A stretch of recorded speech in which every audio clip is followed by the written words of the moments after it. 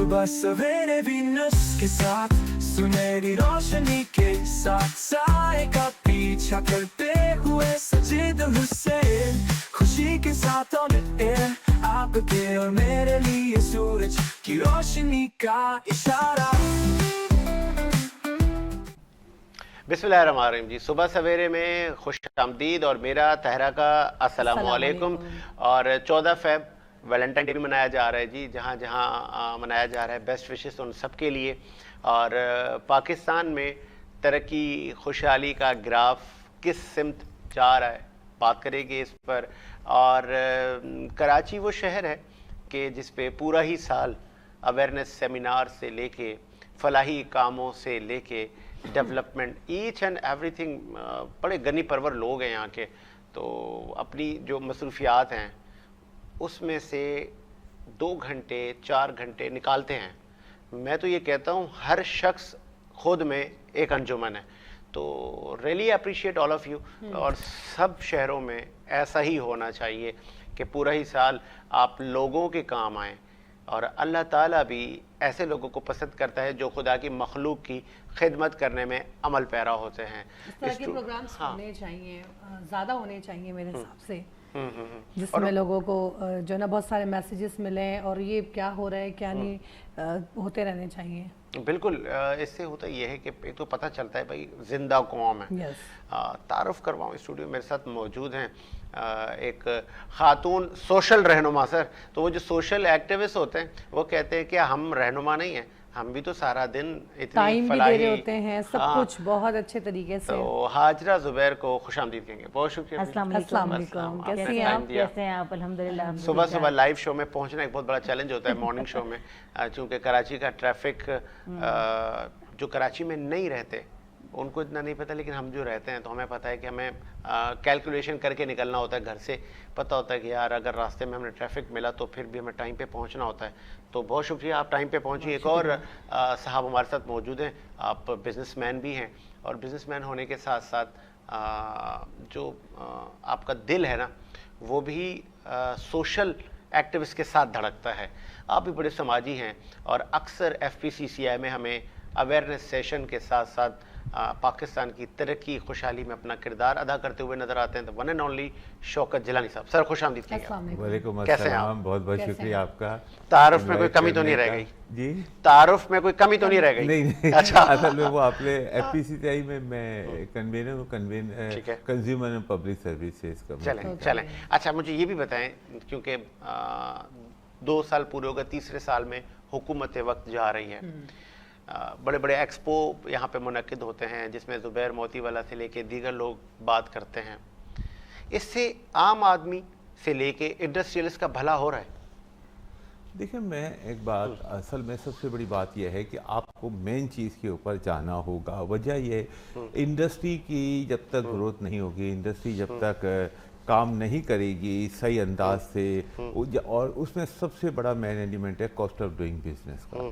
देखिए, पूरी दुनिया में मैं आज एक पढ़ रहा था कि रिपोर्ट के बता रही 34% हमारे यहाँ यूटिलिटी वगैरह ज़्यादा हैं कंपेयर टू इंडिया दूसरी जगहों में। अच्छा, सबसे बड़ी बात यहाँ पर जो नेगेटिव है कि हमारे यहाँ जो लोग वेजेस है ना, जो वर्कर है उनकी इंडिया से भी कम है, मतलब और अदर कंट्री, बाकी जो अदर एक्सपेंसिव है वो बहुत ज़्यादा है और काफ़ी डिफ़िकल्टीज है हर सेक्टर के अंदर। तो इसको आपको इजी डूइंग बिजनेस की तरफ जाना होगा। कॉस्ट ऑफ डूइंग बिजनेस के साथ साथ इजी डूइंग बिजनेस। तो आप देखिए, कॉस्ट ऑफ डूइंग बिजनेस के अंदर सबसे बड़ी बात यह है कि अगर आप एक्सपोर्ट करते हैं तो उसमें ये तमाम चीज़ें कैलकुलेट करके उन ममालिक से आप मुकाबला कर रहे होते हैं जहाँ पर इतने प्राइस वगैरह सारी चीज़ें इतने डिक्लाइन के ऊपर हैं। तो आप अपना माल कैसे सेल कर सकते हैं इतनी बड़ी मंडियों के अंदर, क्योंकि वहाँ पर आप अकेले नहीं हैं, वहाँ पर good and best and cheap and best वो तमाम चीज़ें वो वहाँ पर मॉनिटरिंग होती हैं, काउंटर होती हैं, इसके बाद वो जाके बायर परचेज करता है। अच्छा, आपको अपने यहाँ हमारे मुल्क में कभी अक्सर औकात सिक्योरिटी के भी इशू होते हैं, अमन अमान की सूरत हाल भी ख़राब हो जाती है। उससे क्या होता है कि एक्सपोर्ट ऑर्डर के अंदर उनको से अपना हम टाइम पे पूरा नहीं करते। टाइम अच्छा आजकल जो एक चीज़ पहले आपको मालूम है कि बहुत ज़्यादा एक्सपेंसिव हो गई है, तो इस तरह कॉस्ट ऑफ डूइंग बिजनेस वो एक इंटरेस्ट रेट हमारा इतना सिंगल डिजिट पे नहीं आ रहा। हालांकि हमारी बिजनेस कम्युनिटी ने काफ़ी मरतबा गवर्नमेंट से रिक्वेस्ट की है, उन्होंने एक्सेप्ट भी किया है सारी चीज़ें, लेकिन मालूम नहीं क्या वजूहात है, क्या चीज़ है। एक अभी जो सुबह सुबह मैं ब्रेकिंग देख रहा था, बहुत सारे सरकारी इदारे प्रॉफिट में गए और बहुत सारे ऐसे इदारे जो लॉस में गए, और उन्होंने लॉस कोई करोड़ों का नहीं दिया, अरबों रुपए का लॉस दिया। तो मैं ज़रा पहले आपको बताऊं कुछ चंद वो इदारे जिन्होंने हमें लॉस दिया। सर उसमें सरे फहरिस्त जो है ना वो बिजली की तकसीमकार कंपनियां हैं। उसके बाद सर नेशनल हाईवेज़ हैं जिन्होंने पाकिस्तान को अरबों रुपए का सालाना ये लोग लॉस दे रहे हैं। उसके बाद जी स्टील मिल है, ये भी हमें अरबों रुपए का सालाना लॉस दे रही है। ये मईशत पर इदारे बोझ बनते जा रहे हैं। तो इनकी बेहतरी के लिए हुकूमत वक्त क्या करेगी? जो माहिर मौशियात हैं उनसे मशवरा लेके क्या इनको दोबारा चलाना है? वो किसी ने कहा जी ये स्टील मिल तो मरा हुआ हाथी है, ठीक है, तो अब ये जो हाथी नुमा हमारे इदारे हैं इनको कैसे हम दोबारा पाँव पे खड़ा करें, ये बड़ा एक मसला है। जो ऑयल एंड गैस कंपनीज हैं, आपको सुन के बड़ी खुशी होगी, उन्होंने इसी तरह अरबों रुपए का प्रॉफिट पहुंचाया है। तो ऐसी कंपनियां भी हैं जो पाकिस्तान के लिए अच्छा काम कर रही है, लेकिन बहुत सारी ऐसी कंपनी हैं, पाकिस्तान पोस्ट ऑफिस का नाम भी उसमें आता है कि जिन्होंने 19 अरब का हमें लॉस दिया है 1 साल के अंदर। तो वो इदारे जो हमें लॉस दे रहे हैं हमें उनको भी बेहतर करना है। शौकत साहब, इतना अरबों रुपए का सालाना लॉस, ये शायद किसी और मुल्कों में अगर एक ही महकमा इतना लॉस करता तो उसकी अकाउंटेबिलिटी हो जाती कि ये कैसे हो गया, लेकिन यहाँ पे तो सालों से चल रहा है मामला और अकाउंटेबिलिटी नहीं है। चल रही हैं।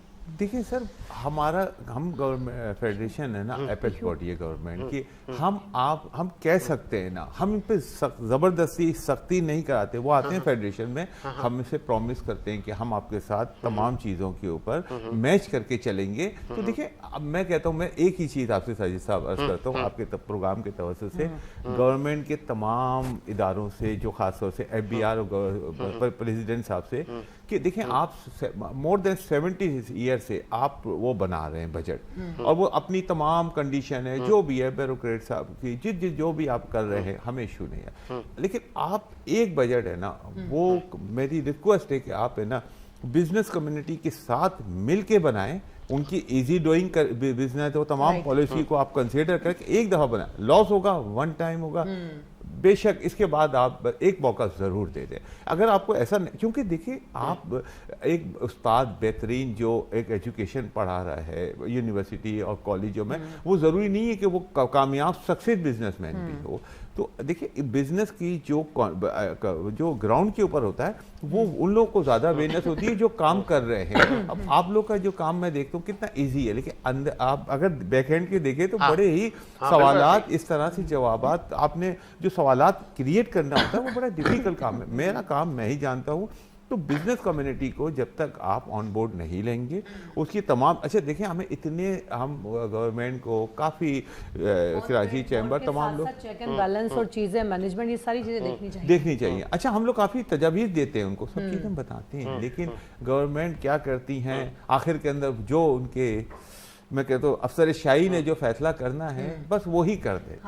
उससे क्या होता है फिर बाद में महीना 2-2 महीने। अच्छा अभी देखें इलेक्ट्रिसिटी के ऊपर है ना, एक आप पॉलिसी बार बार चेंज ना करें, मुल्क की माशियत से खेलने के बराबर है। आपने अभी देखें नेट मीटरिंग का एक वो आ रहा है, इश्यूज आ रहा है। मैं अभी आपको अगर फिगर्स बताऊं कि ये यहाँ पर ये है तो वो बहुत टाइम ज़ाया हो जाएगा, क्योंकि हमारे पास मल्टी सेक्टर के ऊपर ना प्रॉब्लम्स आ रहे हैं। देखिए डिपार्टमेंट का लैक ऑफ कम्युनिकेशन है, जिसकी वजह से ना हमें ये तमाम चीज़ें फेस करनी है। एक बड़ा इंपॉर्टेंट सवाल, चूंकि आपने कहा ना कि देरपा पॉलिसीज़ का क़याम हो, जो कॉन्स्टिट्यूशनल एक टाइम है किसी भी हुकूमत के पास, वो 5 साल है, आईनी आपका टाइम है। आप 5 सालों में आपको जो करना है आप करें, आप पॉलिसी दें।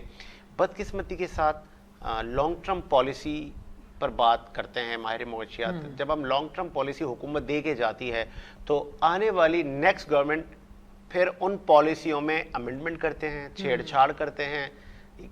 कुछ लोग तो रोक देते हैं कि नहीं जी ये फलां का प्रोजेक्ट हम इसको रोक रहे हैं।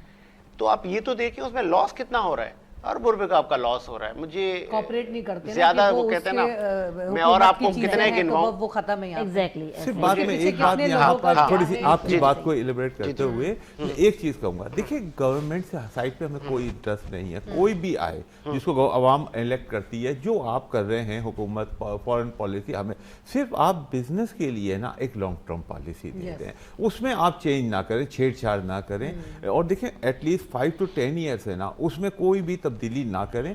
ये बड़े डिफिकल्ट काम है। देखें लम्हात में मतलब लम्हों में नहीं लगता, वो अपना सालों में नहीं लगता बिजनेस, एक नस्लें खत्म मतलब गुजर जाती है, उसके बाद जाके वो सेटअप बनता है। और आए दिन अब मैं आपको आए दिन कोई ना कोई कानून चेंज करूंगा, आप इस एटमॉस्फेयर में कारोबार कैसे कर सकेंगे? तो इसलिए आप लॉन्ग टर्म पॉलिसी अगर आपने अपने मुल्क के अंदर इंडस्ट्री को और नहीं, भले हुकूमत 5 साल की ही हो, लेकिन ये जो आप कह रहे हैं वो चीजें तो ज्यादा होनी चाहिए ना, पॉलिसीज जो है वो ज्यादा उसकी मुद्दत ज्यादा होनी चाहिए। We don't consider about the कौन इसको रूल करेगा, इसका अपना। देखिए बिजनेस कम्युनिटी को थोड़ा सा आप एक, क्योंकि देखिए हमें दुनिया में ना हम जैसे हमारे एक अजीम सोल्जर जिन्होंने माशाल्लाह हमारे मुल्क के अंदर जो फील्ड मार्शल साहब ने एक नाम पैदा किया, एक मकार अपने आप को, बहुत हमारे मुल्क का नाम जिस अंदाज से दुनिया में मैसेज भेजा है उसकी अल्फाज नहीं, तो इसी तरह हम भी सोल्जर हैं जो हम इकोनॉमी के लिए लड़ रहे हैं। कितनी खूबसूरत बात की शौकत जिलानी साहब ने कि आसिम मुनीर साहब, जिस तरह आपने जंगी महाज लड़ा जो कि आपका काम था, जिसमें आपकी एक्सपर्टीज थी, और आपने दुश्मन पर कयामत बर्पा कर दी। हम पर भी तो ट्रस्ट करके देखें, हम जो सिविलियन हैं, हम जो माहिर मौशियात हैं, हम भी इसी तरह मईशत इकनॉमी पाकिस्तान की बेहतर करेंगे और उसमें हम आपको और इस मुल्क को खुश कर देंगे अगर हमें ऑन बोर्ड लिया जाए। हाजरा बड़ी खूबसूरत बात की। बिल्कुल शौकत जिलानी साहब हमारे माशाल्लाह बहुत सीनियर बिजनेसमैन FCCPI के हमारे सीनियर इसलिए कि हम इनकी कमेटी में काम करते हैं। क्या बात तो हम इनकी ज़ेरे निगरानी काम कर रहे होते हैं। तो जो भी वो विजन देते हैं वो बहुत ठोस, बहुत एक सोचा समझा, एक बहुत उस पर डीपली थॉट अच्छा, इस पे एक ऐड करूं चीज जी प्लीज, जो आपने कहा जी प्लीज। आपने लाइव शो में जी सामने वाली पर्सनैलिटी को जी ऑन किया, जी उनकी सर्विसेज को अप्रिशिएट किया, उनके एक्सपीरियंस को अप्रिशिएट किया, है ना? जी बिल्कुल, बिला झिझक, बिल्कुल ऐसे ही दी और कहा है ना? बहुत क्या सोसाइटी में इस चीज का फुकदान है ना? एग्जैक्टली। हम तस्लीम नहीं करते, मानते नहीं है। ही नहीं है किसी को कि उसने अच्छा काम किया। हाँ। ये तो हम कहते ही यही नहीं है। तो बिल्कुल पहली बात शुरू ही यहीं से होती है, एप्रिसिएशन। आप जब तक छोटे बच्चे को भी, घर का एक छोटा बच्चा होता है ना, सबसे छोटा वाला जो सारे काम कर रहा होता है, एप्रिसिएशन सिर्फ उसी को नहीं मिल रही होती। बिल्कुल हमारे मुल्क का वही हाल है। सही, बिल्कुल ट्रू। तो हमारा मुल्क जो है वो इस सिनेरियो से गुजर रहा है। तस्लीम का फुकदान है। तस्लीम हम का मानते ही नहीं है कि यार सामने वाले ने क्या किया, पूरी उम्र गुजार दी इस फील्ड में, इस बहुत बड़ी बड़ी तजुर्बेकार शख्सियात मौजूद हैं जिनकी कोई पजीराई नहीं हो सकी है। उनको जिस तरीके से उनको रखना चाहिए, जो हमारे मेंटोर्स हैं, बताएं। हमारे मेंटोर्स के साथ गवर्नमेंट जो हुआ है सभी जानते हैं। बहुत से ऐसे लोग हैं बिल्कुल बहुत बड़ी जगह पे थे और जब वो चले गए या वो उनकी जो आखिरी जिंदगी थी वो उन लम्हात में गुजरी कि जिसको हम बयान भी नहीं कर सकते। देखिए ये वो बात है कि ना, मुझे किसी ने कहा यार पाकिस्तान वो मुल्क है कि ना जिसमें बहुत ज़्यादा गुर्बत है, बेरोज़गारी है। तो मैंने कहा यार पाकिस्तान वो मुल्क है कि जिसमें इतने बड़े गनी परवर लोग रहते हैं, शायद दुनिया के ऐसे कई मुल्कों में नहीं हैं। हमारे यहाँ करोड़ों नहीं अरबों रुपए की ज़कात, खैरात, ये बड़े बड़े इदारे, हॉस्पिटल्स, ये ऐसे नहीं चल रहे। 100%। मेरे ख्याल से तो पाकिस्तान चल ही इसी वजह से, चल ही इसी वजह से। यकीन करें बताते भी नहीं है, बिल्कुल बताते नहीं कि ये हॉस्पिटल को मैंने फंड दिया, बताते भी नहीं है। और यकीन करें इतनी बड़ी कारोबारी मसरूफियात के होते हुए, इतना बड़ा बिजनेस सेटअप चलाते हुए इन शख्सियात ने जो वेलफेयर के लिए, समाजी कामों के लिए, ना सिर्फ रुपए पैसे से फिजिकली वो काम करते हैं जाके रोज। अच्छा, कुछ ये भी है daily- जो अपना नाम भी मेंशन नहीं करना, मेंशन नहीं करना, कि बिल्कुल कर दिया हमने सो हाँ, कर दिया है, कुछ और तो कहते हैं ले ले, but डेली बेसिस पे आप यकीन करें, मेमन कम्युनिटी के मैं जहां तक बात करूंगी, डेली बेसिस पे एक नया इनिशिएटिव हो रहा होता है, क्या बात। Daily basis. चलें, अब चूंकि मुझे चूंकि बीइंग अ मीडिया पर्सन, बहुत सारे हमारा वो तबका जो कि स्क्रीन पर नहीं होता, वो अक्सर हमें कहते हैं साजिद साहब आप हमारा केस लड़े, हमारी सहाफती तंजीमें शायद उस लेवल पे हमारे लिए कुछ ना कर सकी। जो कम्युनिटी की एनजीओज हैं या उनकी एसोसिएशंस हैं, उनको ही कहें हेल्थ कार्ड के लिए। तो आज ये जो दो शख्सियत बैठी है, मैं इनके आगे भी आपका मसला रख रहा हूँ, और होपफुली कि ये अपने लीडर्स के पास जाके ये बताएंगे या ये खुद उस पर वैल्यूएट करेंगे। हेल्थ कार्ड हर आदमी का हक है, हर पाकिस्तानी का हक है।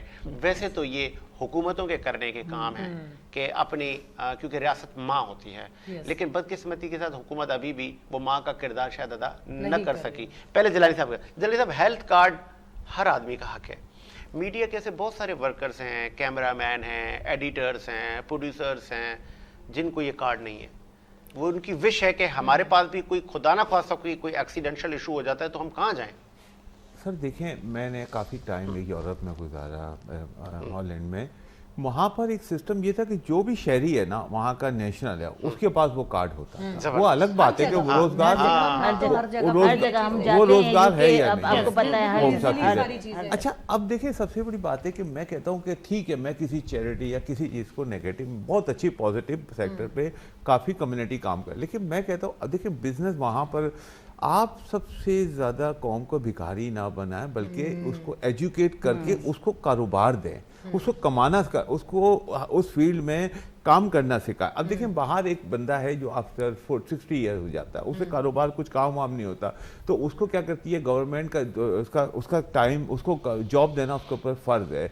तो वो क्या करते हैं, उसको हर महीने पैसे मिल रहे होते हैं, लेकिन वो कहता है कि मैं बीमार हूँ, मैं कोई काम नहीं कर सकता और मैं मेहनत में काम नहीं कर सकता। तो कहते हैं तुम क्या कर सकते हो? तो वो कहते हैं कि मैं कुछ नहीं कर सकता, क्योंकि वो कहते हैं कि ठीक है तुम एक काम करो, एक वो टोकरी ले लें और आप जो गली के अंदर दरख्तों से पत्ते गिरते हैं ना, वो एक उससे ले लेके वही डालते रहे। तो वो सुबह 8 बजे से लेके 10 बजे तक वहां पर वो पूरे सिटी के अंदर ये काम करता है। वो कहते हैं घर बिठा के इनको पैसे मत दें, यानी मेरे अल्फाज में वैल्यू भी और प्लस वो ना हो बिजी जाए। भी रहे, बिजी अच्छा, भी वो रहे, हराम हट हो मेंटल जाए। स्टेट बेहतर रहती है। अच्छा, वो पैसों को भी ये बता रहे हैं कि कुछ ना कुछ आप कर रहे हैं तो वो आपको कर रहे हैं मिल तो रहा है, आपको मिल आपको ये उस पे नहीं मिल रहा, फ्री में नहीं मिल रहा है। आपका अंदर कोई गिल्ट नहीं है कि Yes. मैं फ्री में ले रहा हूँ। आप काम कर रहे हैं, आप कुछ कर रहे हैं तो आपको मिल रहा है। जैसे वही भले बात हो मेहनत गई कम कि है, वो मुशक्कत कल कह कम रहे है थे कि वो चाइना, कल हम जब उसमें थे तो वो कह रहे थे चाइना के जो डॉक्टर थे, चाइना से आए थे, बिल्कुल। उनके आगे सड़क पे जो गड्ढा था, तो वो बहुत बड़ा गड्ढा था, रोज उसमें साइकिल सवार और मोटरसाइकिल सवार आके गिरते थे।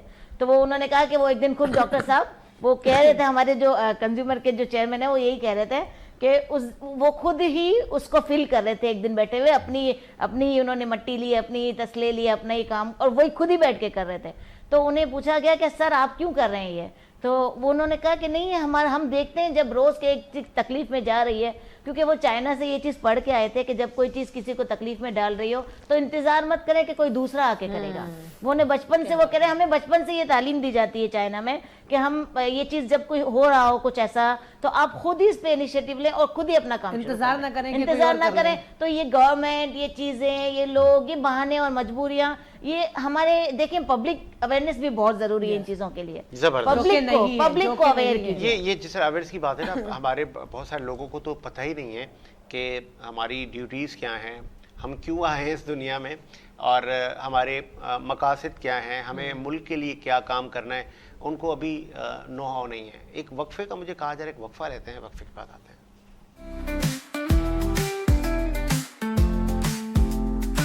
सुबह सवेरे वीनस के साथ, सुनहरी रोशनी के साथ, साए का पीछा करते हुए सजीद हुसैन, खुशी के साथ ऑन एयर, आपके और मेरे लिए सूरज की रोशनी का इशारा।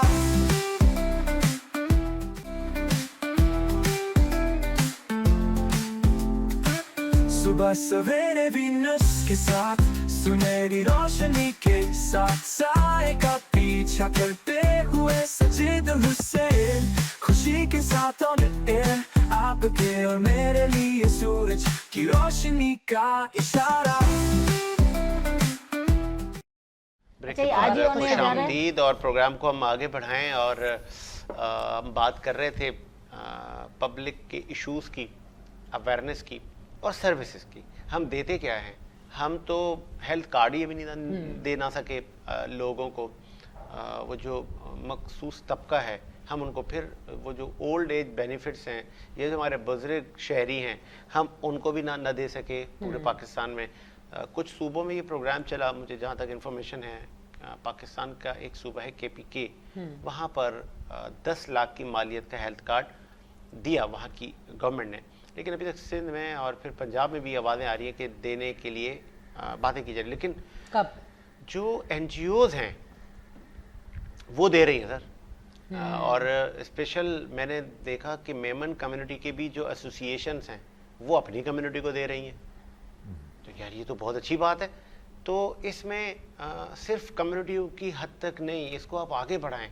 आप अपने मोहल्ले में देखें, अपने इलाके में देखें, जो ऐसा तबका है, आप उसकी कम से कम इलाज मुआवजे की हेल्प होनी चाहिए। कराची शहर में आए दिन एक्सीडेंट होते हैं, आए दिन यहाँ पे आग लग जाती है, मजदूर बेचारे जल जाते हैं, और फिर वो बीमारियां, हादसा, हाँ, ये तो देखें हो, तो फिर वो पूरा खानदान रुल जाता है। तो इस पर काम करने की ज़रूरत है। फिर वो हाजरा ने मुझे बताया कि ना एजुकेशन कार्ड भी होना चाहिए।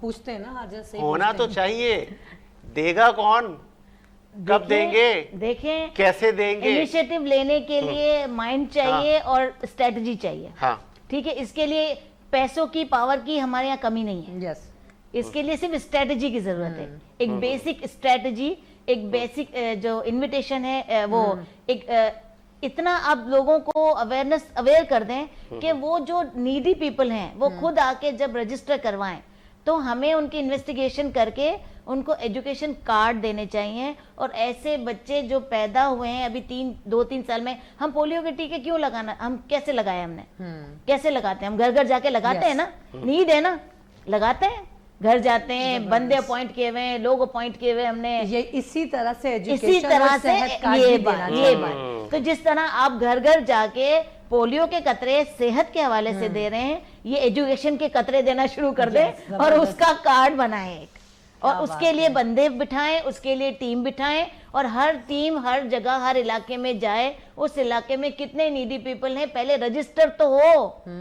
ये चीज रजिस्टर ही नहीं है हमारे पास, कि हमारे पास तो लिटरेसी रेट इतना ज्यादा है, लिटरेसी रेट कि लिटरेसी रेट करने के लिए उसको हमें अभी एक सदी और चाहिए। अच्छा, पब्लिक सर्विस मैसेज के हवाले से भी हमने ब्रेक में उसके बीच में बात की थी, तो आप मुझे बताएं, एक्सप्लेन करें किस तरह से क्या क्या चीजें होनी चाहिए। आपने कहा था सबसे पहले तो ये चीज जरूरी है, वो आप मुझे बताएं। अवेयरनेस सबसे पहले तो देखिए, लोगों को ये जरूरी नहीं कि हम सिर्फ सेमिनार्स करेंगे। देखिए सेमिनार में गरीब लोग, गरीब आवाम नहीं आती, बिल्कुल। मैं बिल्कुल आपसे साफ बात कहूंगी, अगर हम सेमिनार्स करते भी है ना, सेमिनार सिर्फ बड़ों के दरमियान ही रहता है और उन्हीं में क्लोज हो जाता है और डब्बे में पैक होकर घर चला जाता है। बस वो एक इवेंट के हद तक रहता है। हमें ये इनिशिएटिव लेना चाहिए कि सबसे पहले उन एरियाज में जाके अवेयरनेस प्रोग्राम करने चाहिए, उनके लोगों को मुफ्त में बुला के, चाहे उन्हें कोई देना पड़े, कुछ खिलाना पड़े, एक दफा उन्हें भी खिला लेंगे तो कुछ जाएगा नहीं हमारा। एक दफा अगर हम उन्हें खिलाने के लिए बुलाएंगे, वो आएंगे खाने के लिए, लेकिन जब वो सुन के जाएंगे ना, क्या बात है, तो फर्क पड़ेगा। ये बड़ा इंपॉर्टेंट पॉइंट आपने दो पॉइंट मुझे बहुत बेहतरीन, आज तक की सबसे बेहतरीन जो बात हुई है, एक तो आपने ये पोलियो वाली बात करी, इस तरीके से भी इस तरीके से एजुकेशन, जिस तरीके से हेल्थ कार्ड काम करते हैं, हेल्थ के वर्कर्स काम करते हैं, एजुकेशन के वर्कर्स क्यों काम नहीं करते? क्यों एजुकेशन में इतना लैक है भाई? जबकि हमारी सेहत से ज्यादा लिटरेसी रेट हमारा कम है। हमारा सेहत तो फिर भी हमारी चीजें गैदर हो जाती है, हो जाता है वो चीज, लेकिन एजुकेशन कवर नहीं हो रहा। आप देखिए, क्योंकि इस पे टीम कभी बिठाई ही नहीं गई, इसकी जरूरत महसूस की ही नहीं गई। क्यों?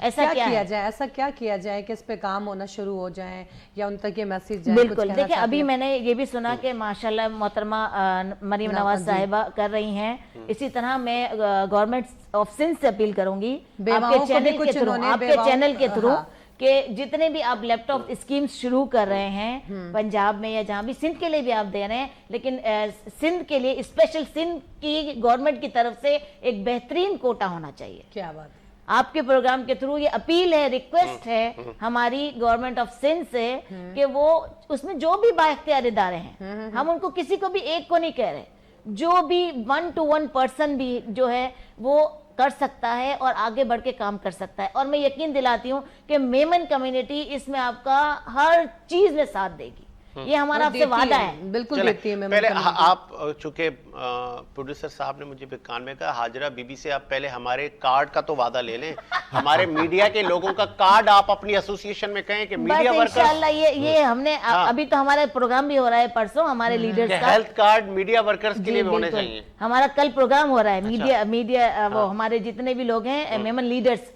जिनको सितारा इम्तियाज मिल चुका है गवर्नमेंट की तरफ से, कितने लोग हैं हमारे मेमन कम्युनिटी के जिनको सितारा इम्तियाज मिल चुका है। रहीम जानू साहब है, अख्तर अरफा साहब हैं, और हमारे बहुत सारे लोग हैं जिनको ये सितारा इम्तियाज मिल चुका है। सब कल गैदर होंगे और मैं भी कल इंशाल्लाह वहां हूं, तो इंशाल्लाह आपकी बात जरूर वहां तक मैं पहुंचाऊंगी कि हमारे लीडर्स को कि ये हेल्थ कार्ड जरूर इशू किए जाएं और ऐसे ही एजुकेशन कार्ड बनाए जाएं। चले भाई, आपकी बात आगे सुन ली गई है और वो इस पे अमल भी करेंगी। Thank you so much. अच्छा लगेगा कि इनको ये कार्ड्स मिले। मैं चाहती हूँ कि इस पे आप काम करें। और इसी तरह मैं चाहती हूँ कि अवेयरनेस प्रोग्राम, और सबसे बड़ी बात देखें वुमेन की काउंसलिंग, वुमेन की काउंसलिंग जरूरी है हमारे यहाँ। काउंसलिंग अब दो तरह की देखिए, आपने कहा वुमेन की काउंसलिंग, एक होती है माँ की काउंसलिंग। नहीं, हर बंदे को जरूरत है यहाँ तो हर नहीं, अच्छा। मैं वैसे तो मैं कह रही हूँ कि यहाँ पे हर शख्स को जरूरत है काउंसलिंग की। अच्छा। मेरे तो ख्याल से पाकिस्तान के हर फर्द को काउंसलिंग की जरूरत है। अच्छा। हर कोई कहीं ना कहीं बहुत बुरा लैग कर रहा है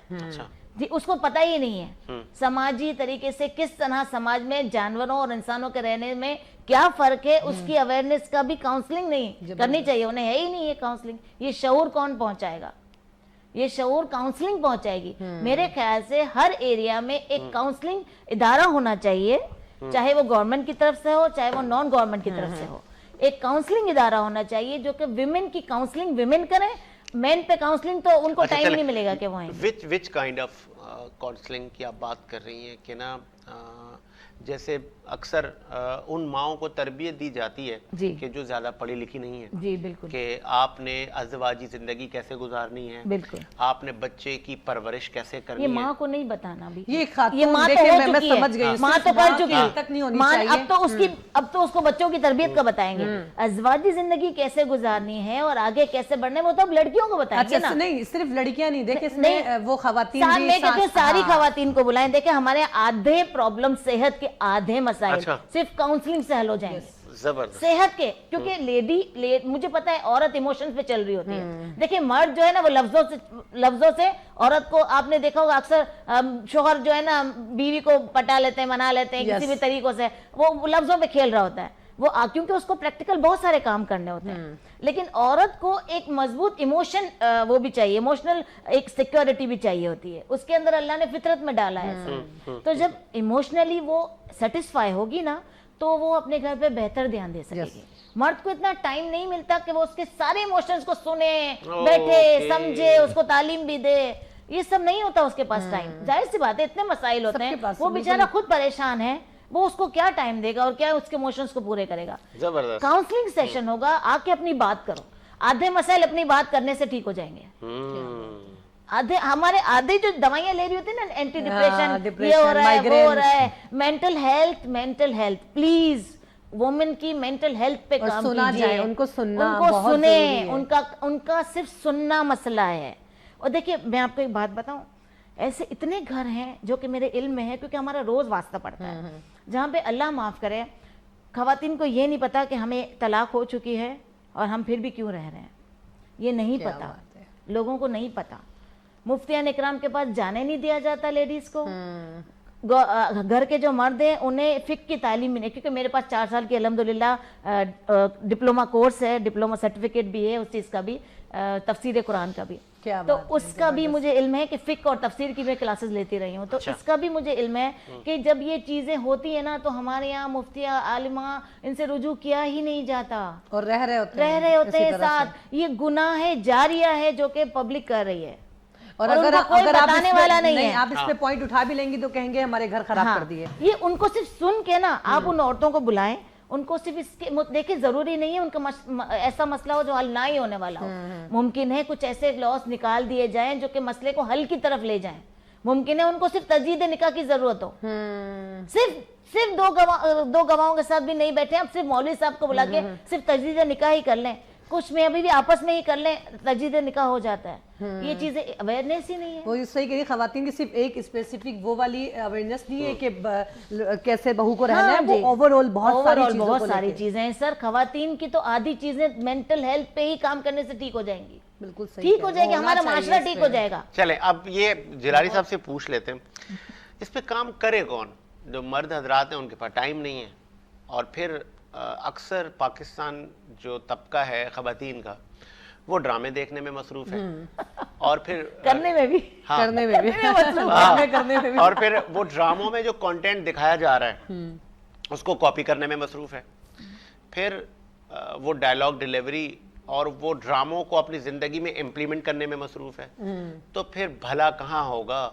जिलानी साहब वो कहते हैं ना किस्सा घर घर का, हर घर में कहानी ये घर है, घर की, कहानी घर घर की। और सास बहू के मामलात, नंदों के मामलात, फिर वो जो घर के बड़े हैं बुजुर्ग हैं उनके पास शिकायतें, फिर वो जब सबको बुलाते हैं तो कोई आता नहीं है, कोई इधर भाग रहा है, फिर सेपरेशन, आप अलग जाओ, आप भी अलग, आप भी अलग, फिर वो वहाँ तन्हाई का शिकार हो गया, वो वहाँ तन्हाई का शिकार हो गया।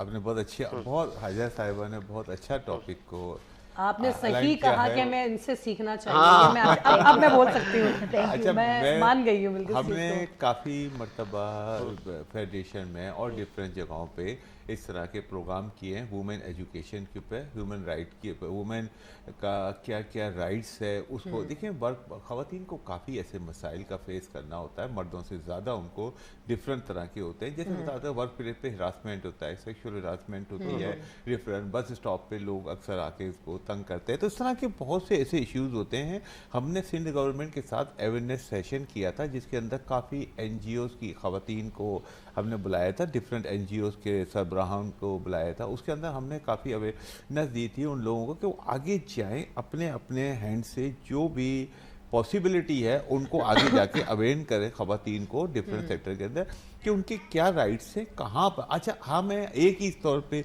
एक ही चीज़ नज़र आ रही होती है, कोई भी ऐसे क्राइम होता है पुलिस के पास जाए। नहीं, एक चीज़ मैं आपकी बात वो कर रही हूँ कि आप ये कह रहे हैं कि ख़वातीन को जाना चाहिए, ये मुमकिन ही नहीं है ना। ये जो इन्होंने कहा कि इलाकों में ये चीज़ें होनी चाहिए ताकि वो मैं उसी पे आ रहा हूँ। देखिए हर इलाके में हमारा रीच करना थोड़ा सा डिपेंड, हम उस इलाके की जो NGOs हैं ना, जितनी जितनी इलाकों में काम कर रही हैं, हमने उनको बुलाया था काफ़ी एरिया से। जैसे मिसाल के तौर पे जैसे सिंध के काफ़ी रूरल एरिया हैं, काफ़ी जगह कराची के सिटी एरिया से जो जो इस पर काम कर रही हैं, उन एसोसिएशन को बुलाया, ऑन बोर्ड लिया।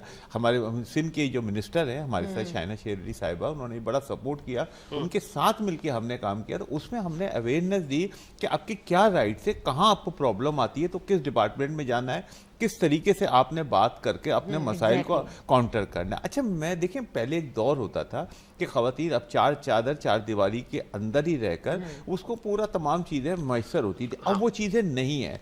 अब ख़वातीन माशाल्लाह इतनी स्पीडली है, हाउस वाइफ के साथ साथ वो बाहर मतलब जॉब भी कर रही हैं, वर्किंग वुमेन भी आ रही हैं, उनको जो इश्यूज आ रहे हैं हम उस पर काम कर रहे हैं। हाँ अच्छा, एक बार याद रखें, जब तक हमारे मुल्क में क्योंकि मोर देन 50% है, अगर जब तक उनको आप एम्पावर नहीं करेंगे, उनको एजुकेट नहीं करेंगे, उनको तमाम चीज़ें नहीं देंगे, आप कामयाब नहीं हो सकते। आप तरक्की याफ्ता ममालिक के तमाम लोगों को देखें, उन्होंने ख़वातीन को जब तक मुकम्मल तौर पे एम्पावर किया है और उनको तमाम फैसिलिटीज़ दी हैं तो जाके ये कामयाब हुआ है। उनके आपका हकूक़ का आप उनको अपने हकूक़ का बताएं। सही फरमा रही है कि काफ़ी लोगों को इल्म नहीं है और उस किस मसाइल में, जैसे दीनी मसाइल में काफ़ी वो प्रॉब्लम में है, तो उनको अवेयरनेस दी जाए। उनकी NGOs को हम फेडरेशन बुलाता है, उनको तमाम चीज़ें मैंने डिफरेंट जगहों पे गवर्नमेंट के साथ काम किया है अल्हम्दुलिल्लाह, तो हमने काफ़ी एजुकेट किया। अच्छा मैं अब कहूँगा, मैंने 12 तारीख को हमने एक प्रोग्राम किया था फेडरेशन एडिशन के अंदर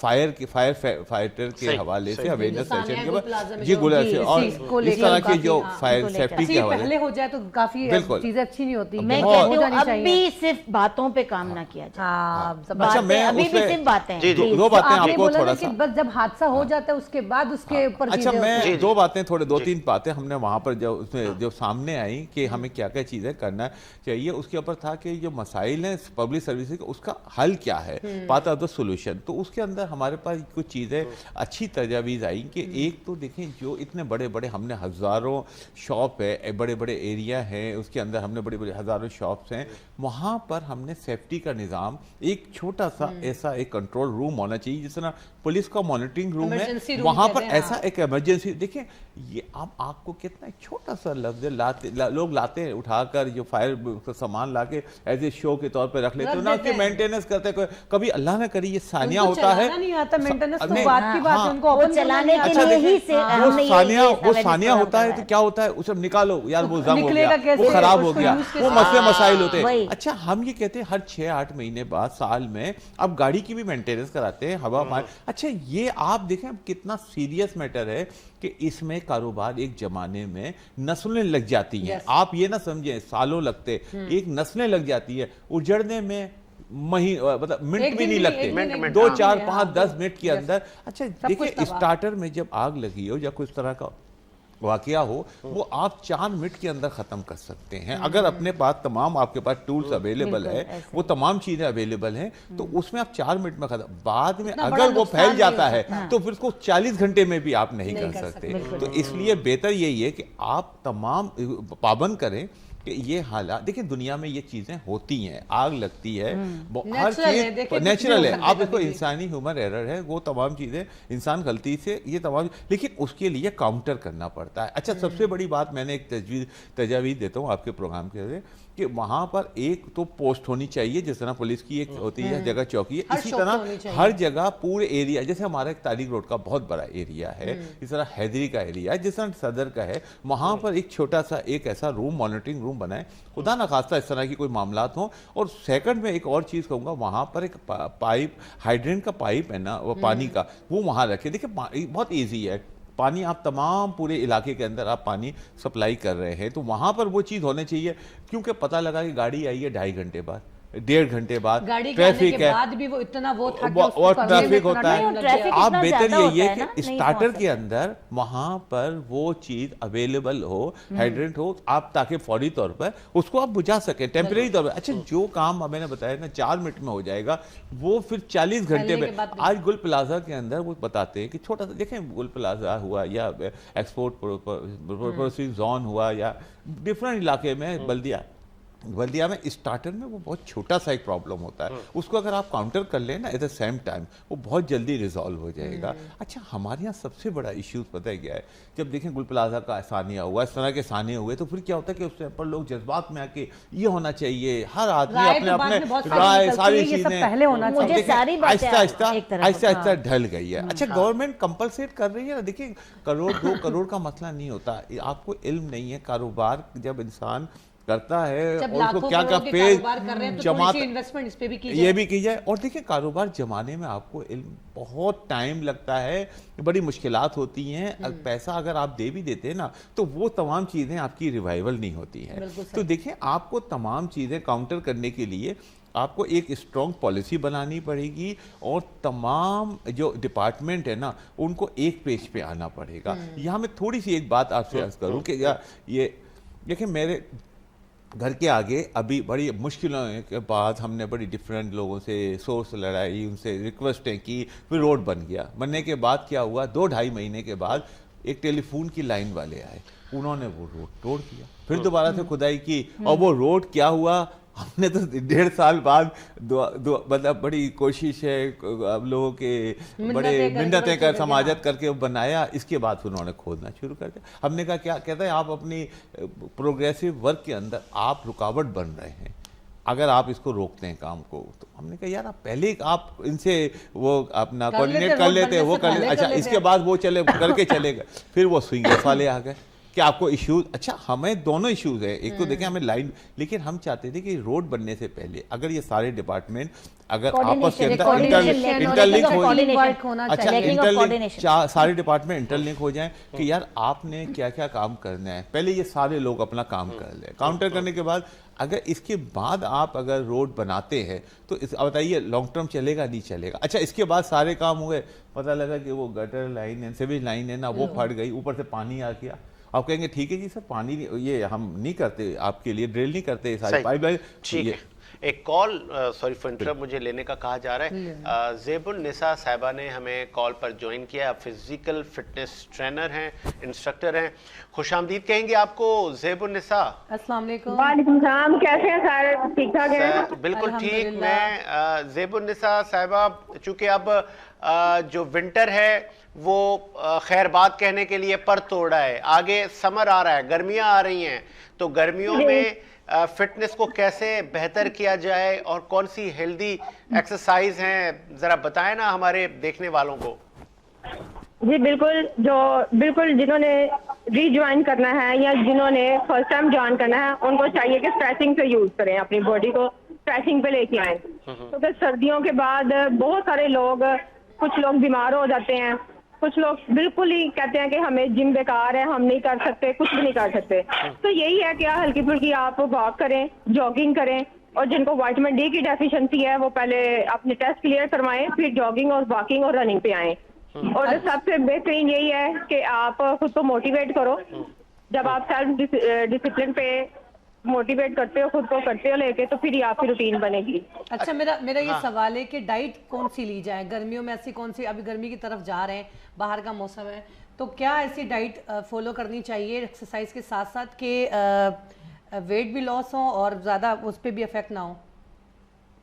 जी, सबसे पहले तो आप अपना वाटर इनटेक अच्छा रखें और वार्म वाटर लें, ताकि आप मौसम चेंज होते ही किसी को खांसी नजला जुकाम हो जाता है और डाइट का सत्यानाश हो जाता है, जो करना चाहता है वो भी नहीं कर पाते। बेसिक चीज किचन से शुरू होगी, मतलब जो आपकी कैलोरीज है ना, जो आप खा रहे हो डेफिसिट में रह के खाओ। अगर आप रोटी एक खा रहे हो हाफ कर दो, अगर आप राइस बिरयानी खा रहे हो उबले राइस पे आ जाओ, लेकिन साथ में राइस के साथ जो कम्बिनेशन करना है ना, वो प्रोटीन फिश या गोश्त के साथ करें, दाल या चने के साथ ना करें।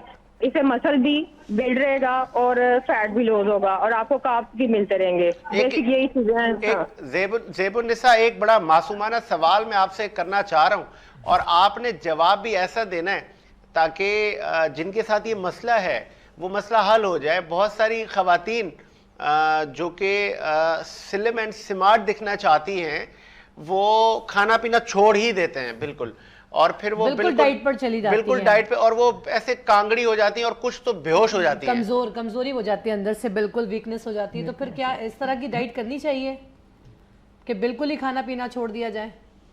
अगर जो खाना पीना छोड़ेगा ना, तो मैं उसको सीधा कहूंगी कि वो खुद अपनी कब्र में ना जाने के लिए तैयार हो रहा है। ठीक है, सीधी सी बात है।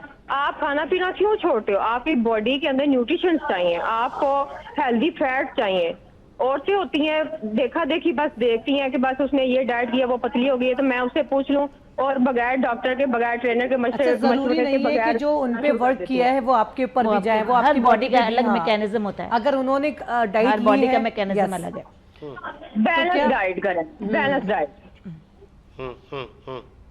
सही। खाना पीना छोड़ना नहीं चाहिए। हाँ। बहुत सारे लोग कहते हैं जी हम अंडे खाएं तो मोती तारे निकल आते हैं, यानी फेस पे पता नहीं क्या हो जाता है। हम गर्मी सर्दियां 18-10 जब हम एग डाइट पे आते हैं सब कुछ करते हैं, लेकिन उसके साथ हम पपीता खाते हैं, फ्रेश फ्रूट लेते हैं, अगर ड्राई नट्स लेने हैं तो फ्रेश भी लेने हैं।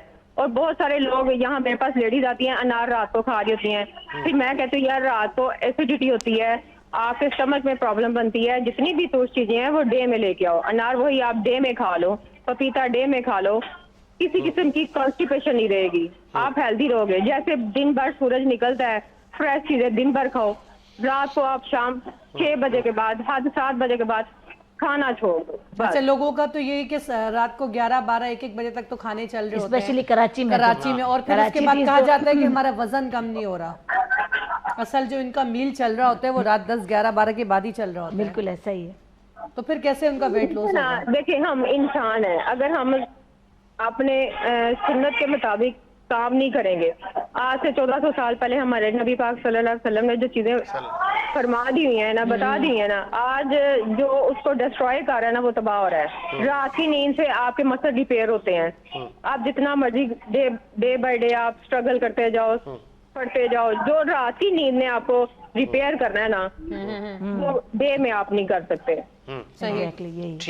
ठीक है, बहुत शुक्रिया बहुत आपके बहुत कीमती वक्त शुक्रिया। का। ज़ेबुन निसा फिजिकल फिटनेस ट्रेनर, हमें पंजाब से लाहौर से आप मुखातिब थी। बहुत शुक्रिया आपके कीमती वक्त का। एक ब्रेक का कहा जा रहा है जी, एक वक्फा लेते हैं, वक्फे के बाद हाजिर होते हैं।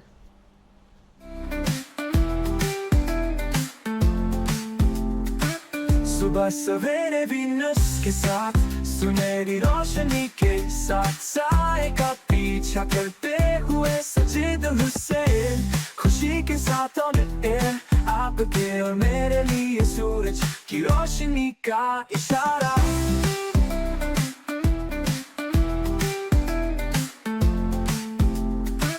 सुबह सवेरे वीनस के साथ, सुनहरी रोशनी के साथ, साए का पीछा करते हुए सजीद हुसैन, खुशी के साथ ऑन एयर, आपके और मेरे लिए सूरज की रोशनी का इशारा। ब्रेक के बाद खुश आमदीद। और शिकवा कर रही थी ताहिरा के 14 फ़ैब है, तो इस बारे में भी तो आप गुफ्तगू करें कि ये प्यार करने वालों का दिन है। वैसे तो पूरा साल होता है, कोई एक दिन भी अच्छा, होना चाहिए। हर दिन प्यार का दिन हर होना दिन प्यार चाहिए का दिन फैमिली होता के है, साथ। बिल्कुल, हाँ। अच्छा, सिर्फ ये नहीं है कि आप अपने लवर से या अपने बिल्कुल। उस सबके लिए होना चाहिए, सबके चाहे लिए वो होना माँ हो, बच्चे हो, लेकिन बहन अगर लवर भाई के हो। लिए भी कर रहे हैं ना, तो हाँ। Is not a bad thing. Yes. आप ये सोचें, देखिए आप एज ए वैलेंटाइन उसको ना सेलिब्रेट हाँ। नहीं करना, अगर इस्लामिक पॉइंट ऑफ व्यू से भी लोग करते हैं। देखिए अगर कोई दिन है, अगर देखिए खुशी का तो मौका ढूंढना चाहिए, गिफ्ट का तो मौका ढूंढना क्या चाहिए। बात है, क्या तो बात अगर घरवाली को या बीवी को या किसी को गिफ्ट दे दिया, शौहर ने बीवी को, बीवी ने शौहर को वैलेंटाइन पे गिफ्ट दे दिया, किसी दोस्त क्या ने, जाता किसी है? साथी ने, हाँ। तो क्या बुरा है? क्या मुझे एक बुरा बात है? बताएं, क्या बुरा है? अच्छा, एक चीज ये है कि इस तरह के जो ये आते हैं, हाँ। तो इससे एक मौका मिल जाता है। हाँ। आम दिनों में बिजी शेड्यूल या फिर नहीं कर पाते, तो ये मौका किन लोगों को मिल जाता है? अब ये अलग में डिबेट अलग हो जाएगी थोड़ी। मियां बीवी को- दोनों चले। मियां बीवी की बात वो- कर रही है। हमारी तो चले, एनिवर्सरी है। फिर मैं ना, हाँ। क्योंकि मेरा- मुझे पता चला हाजरा जुबैर की, क्योंकि आज एनिवर्सरी मैरिज है। मैरिज एनिवर्सरी एनिवर्सरी है ना, जी। सिल्वर जुबली है ना। सिल्वर जुबली क्या है, बात है, सिल्वर जुबली। माशाल्लाह। तो इतना सक्सेस मैरिज लाइफ, क्योंकि अभी ना मैं अक्सर प्रोग्राम में ये अवेयर करता हूँ लोगों को। मैंने फैक्ट्स एंड फिगर हम लोगों ने मंगवाए सिटी कोर्ट के, तो पता ये चला कि एक महीने के अंदर 30 तलाकें होती हैं। हाँ। ये सिर्फ एक कोर्ट की। बहुत ज्यादा हो गया, रेशो बहुत बढ़ गया। यानी समझे एक दिन में एक तलाक। तो ये आए दिन Really? दो केस जमा होना, और फिर आप महीने का और साल का निकाले, तो वो जिससे आपकी सक्सेस मैरिज माशाल्लाह लाइफ। माशाल्लाह 25 साल। माशाल्लाह। अल्हम्दुलिल्लाह 25 साल। अच्छा, यहाँ पे साल नहीं चलती शादी। बहुत यंग भी लग रही है, मतलब 25 साल मेरी बेटी डॉक्टर है, बड़ी वाली माशाल्लाह, मेरी बेटी बहुत बड़ी है, अल्हम्दुलिल्लाह। तो ये अल्लाह अवेयर पाक करे आपको ना सेहत लोगों तंदुरुस्ती दे। को कि कोई टिप्स दे ना। आजकल जो न्यू कपल्स हैं वो बस 6 माह साल में शादियां अपनी खराब कर देते हैं। हाँ ऐसा ही है, इतना लंबा ऐसा हो रहा है। प्रोसेस, इतना लंबा, मतलब 25 अच्छा, हम साल। इस पे भी काम कर रहे हैं। देखिए मैं जो वुमेन काउंसलिंग की जो बात कर रही थी ना, तो असल बात वही, मैं फिर घूम फिर के वही आना चाहूंगी, इसलिए कि हमारे यहाँ काउंसलिंग नहीं है। अच्छा, हमारे यहाँ काउंसलिंग नहीं है। कसूर किसका है? आप चले, आपसे नहीं, मैं जरा। कसूर किसका ये भी, और फिर अपना कसूर ये भी पंजाब का बताएं। है। कसूर शहर तो पंजाब का है ना। हाँ हाँ, तो बस वो पंजाब का कसूर है। अच्छा। ठीक ठीक, जबरदस्त चले। जबरदस्त। अच्छा, ये बताएं, ये सक्सेसफुल मैरिज के पीछे सबसे मतलब ऐसी क्या वजह किरदार। है?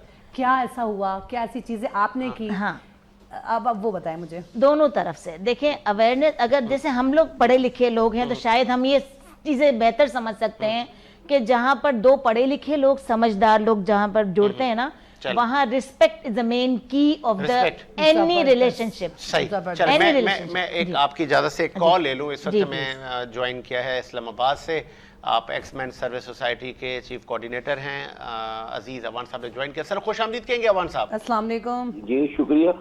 अवान साहब, मैं रात लेट नाइट तक खबरें देखता रहा, और उन खबरों में मुझे सिर्फ यही खबरें नज़र आ रही थी कि वो बानी पीटीआई की कोई आंख ख़राब हो चुकी है, फिर सीएम केपी के कह रहे हैं कि मुझे शफ़ी जान को धक्के दिए गए हैं, हम उनकी सेहत के लिए बड़े परेशान हैं।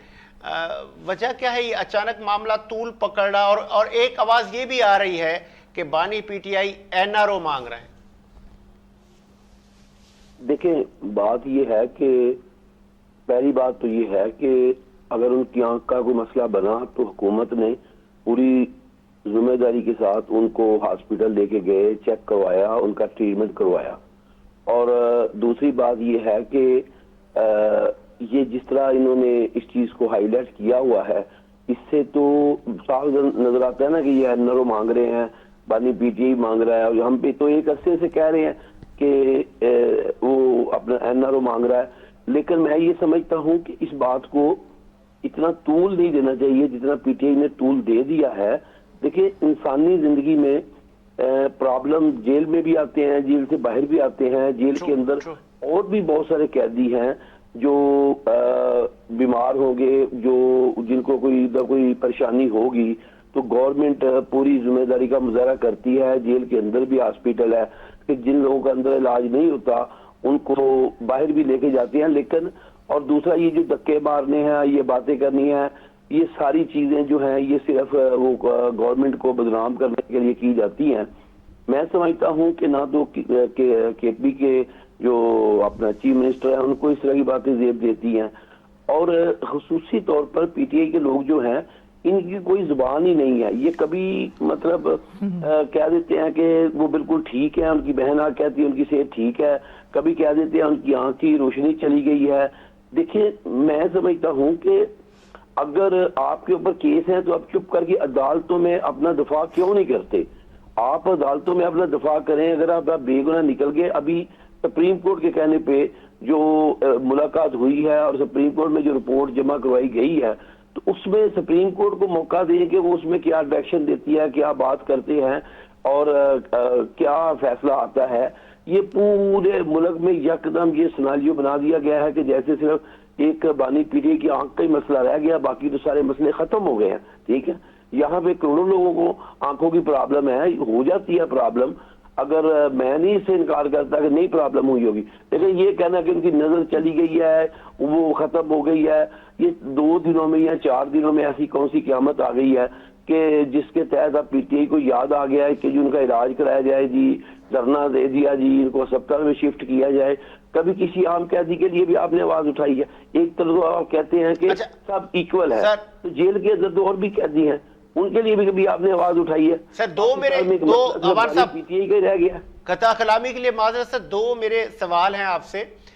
एक तो ये तासुर है कि वो जो जेलर हैं वो उसने कोई तशद्दुद करवाया है बानी पीटीआई पर। दूसरा मेरा सवाल आपसे ये है, क्योंकि एक तो अल्लाह का भी तो एक निज़ाम है, अल्लाह ताला का एक इंसाफ का तकाजा भी है, मकाफात अमल भी है। कहीं वो वक्त आ तो नहीं गया कि जब बानी पीटीआई कहा करते थे कि इनके प्लेडिडेट्स गिरेंगे, अब ये बीमार होंगे, शायद अब खुद अब उसी जगह पर आ गए हैं? देखिए, मैं समझता हूँ इनकी कोई जुबान ही नहीं है। ये जो माजी में लोगों के ऊपर इल्जाम लगाते रहे हैं, अब वो ही ये चीजें अपने ऊपर बता रहे हैं, और उस वक्त जिन चीजों का ये मजाक उड़ाते थे वही चीजें अब अपने लिए मांग रहे हैं। तो मैं समझता हूँ इनकी तो पहली बात तो है कि कोई जुबान ही नहीं है। ठीक है, दूसरा मतलब जो जेल के तशद्दुद की बात है, तो देखिए मैं समझता हूँ इनकी मतलब ये इतने कोई घटिया और कमीने लोग हैं कि आप इनकी बात कर ही नहीं सकते, इसलिए कि ये 9 मई का वाकया करने के बाद कहते हैं जी हमने नहीं किया, इन्होंने मतलब बानी पाकिस्तान का घर जला दिया, इन्होंने हमारे एयरफोर्स के जहाज जला दिए, इन्होंने उन शोहदा की यादगारों को मसक कर दिया जिन्होंने इस वतन के लिए अपने खून का नजराना पेश किया। इनके लिए सिर्फ इक़्तिदार सब कुछ है, और ये समझते हैं कि कुर्सी पर पहुंचने के लिए दुनिया का हर हरबा इख्तियार करना चाहिए। और ये पूरे मुल्क के अंदर सिर्फ न लोगों के मसाइल रहे हैं इनको याद है, ना इनको कोई और चीज याद है, इनको सिर्फ याद है कि बानी पीटीआई याद है, इनको कोई और बंदा ही याद नहीं है। जहां पर आपने की तशद्दुद की बात, तो अभी उनके वकील साहब मिले हैं अपना बानी पीटीआई को, तो बानी पीटीआई ने अगर उनको बताया कि मेरे ऊपर तशद्दुद हुआ है तो वो जाके सुप्रीम कोर्ट में बताए कि जी बानी पीटीआई पे तशद्दुद हुआ है, और ऐसा नहीं होता कि जेल का एक सुपरडेंट जो है वो किसी पे कोई जाके तशद्दुद करे या तशद्दुद करवाए। ये सिर्फ और सिर्फ प्रोपेगेंडा है मुल्क को बदनाम करने के लिए। इनको पता चल गया है कि मुल्क माशी तौर पर अब मजबूत हो रहा है, मुल्क जो है वो अपनी सही सिमत पर चल पड़ा है।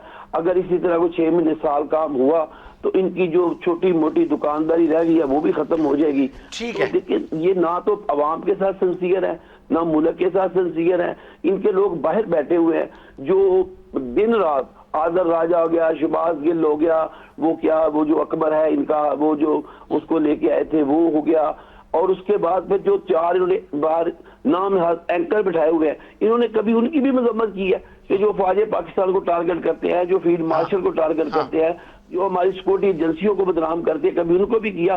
क्या इनको दहशतगर्दी का भी कोई मसला है कि मुल्क में दहशतगर्दी हो रही है तो हमने उसके ऊपर क्या बात करनी है?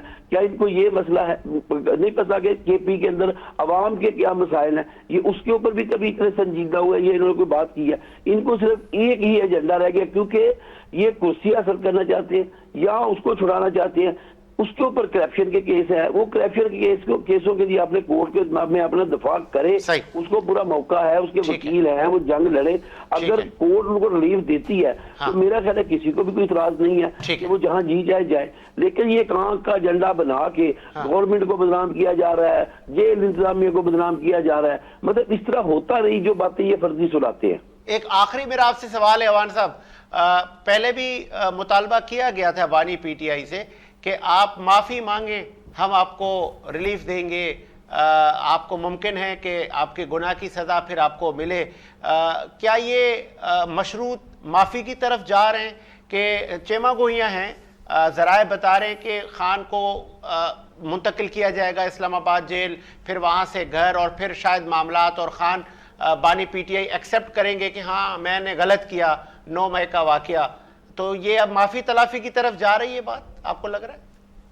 देखिए, मैं ये समझता हूँ कि पहली बात तो ये है कि अगर सबसे बड़ा वही होता है जिससे गलती हो जाए और वो अपनी गलती पे उसको नदामी हो और उसके ऊपर वो माफी मांग ले। लेकिन मैं समझता हूँ, मेरा ये पॉइंट है कि 9 मई की तो माफी भी नहीं है। अच्छा, जबरदस्त। देखिए, 9 मई एक ऐसा एजेंडा किया गया है जिसमें हमारे मुल्क को कमजोर करने की कोशिश की गई है, हमारे सिपा सलार के खिलाफ बहुत बड़ी साजिश करने की कोशिश की गई है, हमारे खिलाफ एक ऐसी कोशिश की गई है कि जिसके तहत अवाम और अफवाज को लड़ाने की एक नाकाम कोशिश की गई है कि मुल्क में खाना जंगी हो और हम कुर्सी तक पहुंचे। हमारे जो फौज के बड़े बड़े मतलब हेडक्वार्टर थे उनको जलाने की कोशिश की गई है। हमारे एयरफोर्स के जहाज जो दुश्मन के लिए हमने रखे हुए जिसे हमने अपने वतन का दफा करना है उनको जलाने की कोशिश की गई है। इसके ऊपर तो माफी है ही नहीं, ये तो गद्दारी का मुकदमा है, ये तो मुल्क दुश्मनी का मुकदमा है, इस पे तो कोई माफी नहीं है, ना कोई माफी दे सकता है। अगर इसमें कोई रिलीफ देगा तो मैं समझता हूं कि वो मुल्क के साथ ज्यादती होगी। लिहाजा हम अपने शुहदा के साथ खड़े हैं, हम अपने आधारों के साथ खड़े हैं। पाकिस्तान एक्स सोसाइटी का ये मौकफ है कि 9 मई के मामले में किसी किस्म की कोई किसी के साथ रियायत नहीं हो सकती, इसलिए कि ये एक ऐसा एजेंडा है कि जिसके तहत हमारे मुल्क को कमजोर करने की, हमारे अदारों को कमजोर करने की और हमारे आर्मी चीफ को के खिलाफ बगावत करने की बहुत बड़ी साजिश की गई है। लिहाजा इस मामले में हमारा मौका बड़ा सख्त है। हमें, मैं समझता हूँ कि करप्शन के इस केसों में भी रिलीफ नहीं मिलना चाहिए, लेकिन चूंकि पाकिस्तान एक्शन सोसाइटी सियासत नहीं करती, हमारा सियासी एजेंडा नहीं है, हम उन लोगों की तर्जमानी करते हैं जो रिटायर फौजी है या हमारी जो शहादा की फैमिलियां हैं, तो हमारा ये एजेंडा ये है, हमारा मौकफ ये है कि 9 मई के मामले में ना कोई रिलीफ की बात होनी चाहिए, ना कोई बात होगी।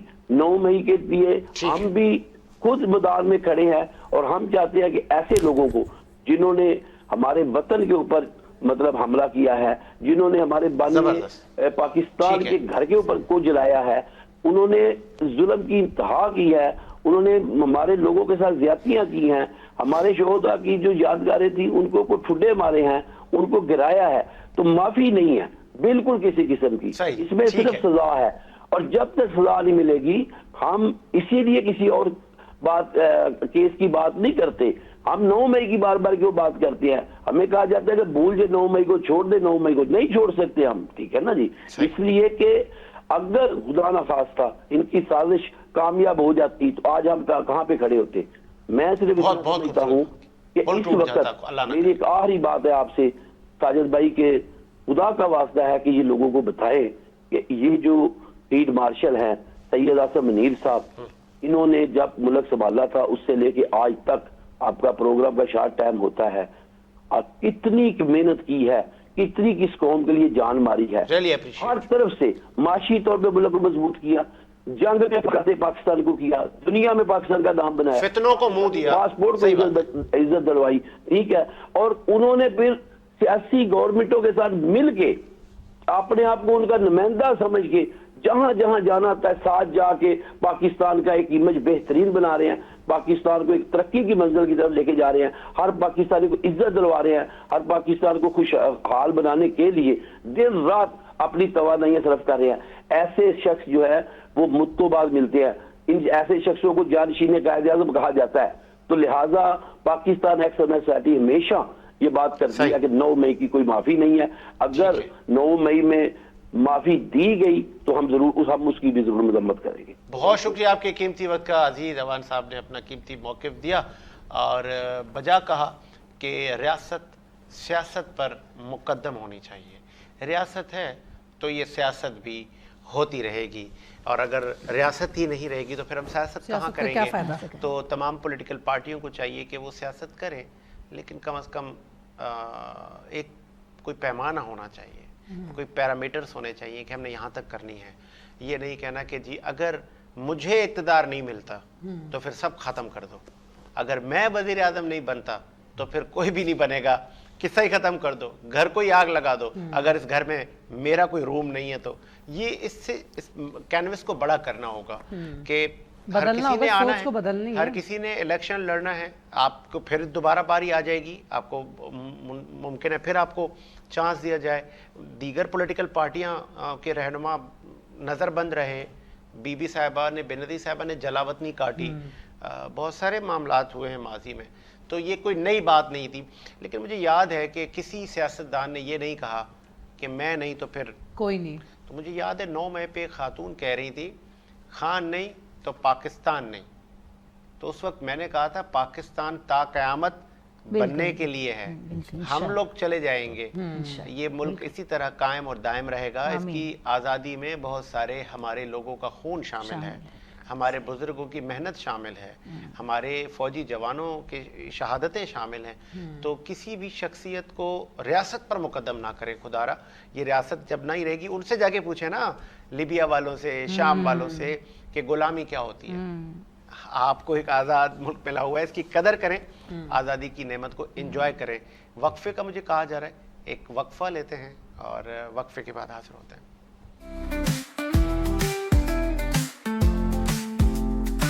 सुबह सवेरे वीनस के साथ सुनहरी रोशनी के साथ साए का पीछा करते हुए सजीद हुसैन, खुशी के साथ ऑन एयर आपके और मेरे लिए सूरज की रोशनी का इशारा।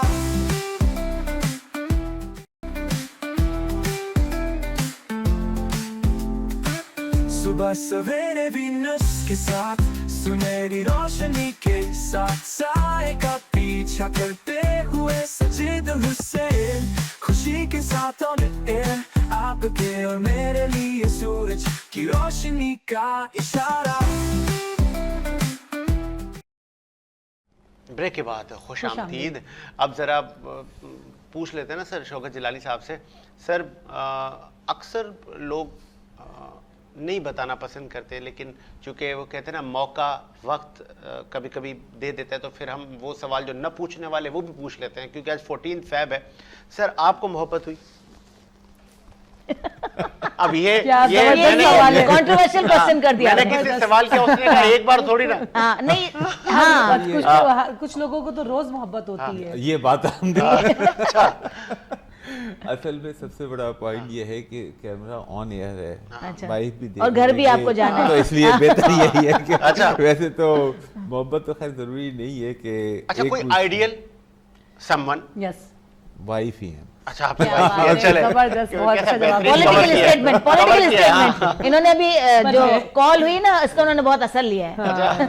बहुत जरूरी है। अच्छा मैं एक दो बातें जी, मैडम जी। ने बताया, उन्होंने जो अभी लाहौर से उन्होंने बहुत अमान अच्छी है कहा साहब, अबान साहब ने दूसरी खातून ने Fitness जो trainer, फिटनेस के ऊपर trainer, बात की, तो ज़ेबुन्निसा। देखिए हमें बेशक मैं ये कहता हूँ खवातीन से कि आप कोई भी चीज़ ऐसी खाएं, बेशक हार्डली आप चावल भी अगर एक प्लेट के बजाय 2 भी खा लेते कोई, तो उसको आप कंज्यूम कर लें, Yes, वॉक हाँ कर जी, लें। बिल्कुल अच्छा ऐसा आप ही है। जितनी एक्सरसाइज, मैं देखें अब मैं हिल पार्क के नीचे रहता हूँ, तो वहाँ पर मैं रोज़ाना वॉक करने जाता था, और अल्लाह का शुक्र है 1 घंटा तकरीबन हमारे सारे दोस्त वगैरह वहाँ पर आए, बड़ा अच्छा हुआ, फिर नाश्ते वगैरह, दोस्तों से मिलना जुलना, बड़ा अच्छा एक ऐसा 1 घंटा ये हम सिर्फ हम अपनी फैमिली के लिए, फैमिली से अपने लिए हम लगाते थे, बाकी हम फैमिली के लिए सबके लिए हम टाइम देते हैं। लेकिन अब देखें हिल पार्क पे अब शहर के अंदर ये हालात होते जा रहे हैं कि दरख्तों को मतलब कोई ना कोई प्रॉब्लम जाहिर करके उन्हें ख़त्म किया जा रहा है। कम से कम पार्कों को तो आबाद कर दें आप। अच्छा पार्कों को भी अगर आप ख़त्म कर देंगे तो ये एनवायरनमेंट, आपको मालूम है कि पाकिस्तान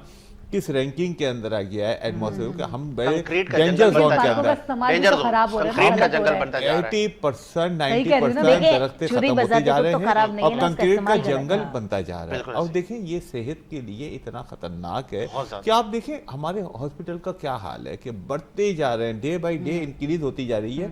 तो ये सब चीज़ों को रोकें और कम से कम चले, मैं कहता हूँ और गली मैं एक स्ट्रीटों चीज ऐड को करूं, जंगी बुनियादों पर जंगी बुनियादों पर ये इस इन्वायरमेंट वक्त को जरूरत है, जितनी जंगी फास्ट बुनियादों फूड पर। चेन्स बढ़ रही है ना, उसी तादाद में हॉस्पिटल बढ़ रहे हैं। आप ये नोट कीजिएगा, वर्ल्ड वाइड आप ये नोट एटमॉस्फेयर कीजिएगा। तब्दील हो रहा है। बिल्कुल। अच्छा मैं ये 2-3 चीजें कहूंगा कि एक तो आप देखें पार्कों का आबाद कर दें। जब पार्क ग्रीन और तमाम चीजें खूबसूरत होंगे तो आप मजबूर होकर उस तरफ डाइवर्ट होंगे, और जब आप वहाँ पर ट्रांसफर होंगे तो आपकी मेंटली तौर के अंदर आपके अंदर स्ट्रेस खत्म होता है और आपके अंदर एक मतलब आपकी फिटनेस भी ज़्यादा होगी। अब गवर्नमेंट के ऊपर भी देखें प्रेशर कम होगा, अस्पतालों में ये तमाम चीज़ों के अंदर आपकी क्वालिटी ऑफ लाइफ अच्छी हो जाएगी। तो इसलिए अच्छा मैं हिल पार्क में जाता हूँ, वहाँ पर काफ़ी लोग बताते पर इतनी रात को लोग वहाँ पर जब जाते हैं तो इतनी गंदगी होती है, आप बिलीव करें कि वहाँ पर दिल नहीं करता यार, कचरा पड़ा होता मैं है। यही इतने कहती लोग पार्क्स तो बन जाएंगे लेकिन पार्क्स का इस्तेमाल मेंटेनेंस, सही नहीं होता। अच्छा इतने लोग हैं, कम से कम मैं मेयर साहब से कहता हूँ कि तमाम पार्कों के जो